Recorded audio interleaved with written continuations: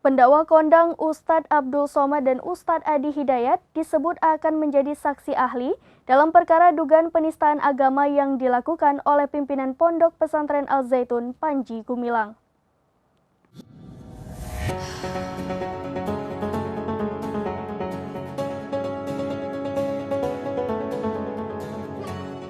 Pendakwa kondang Ustadz Abdul Somad dan Ustadz Adi Hidayat disebut akan menjadi saksi ahli dalam perkara dugaan penistaan agama yang dilakukan pimpinan Pondok Pesantren Al-Zaitun Panji Gumilang.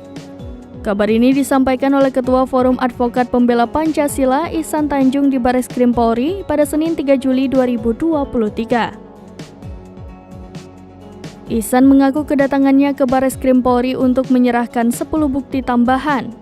Bukti-bukti tambahan ini merupakan video berisi ceramah Panji Gumilang yakni pimpinan Ponpes tersebut. Ia lantas mengaku mendapat bocoran soal saksi yang akan dipanggil penyidik sebagai saksi ahli. Saksi tersebut berasal dari kalangan penceramah kondang. Mereka seperti Ustadz Adi Hidayat, Ustadz Abdul Somad, sampai Habib Muhammad Lutfi bin Ali bin Yahya. Diketahui pimpinan Ponpes Al-Zaitun resmi dilaporkan ke Bareskrim Polri terkait kasus dugaan penistaan agama.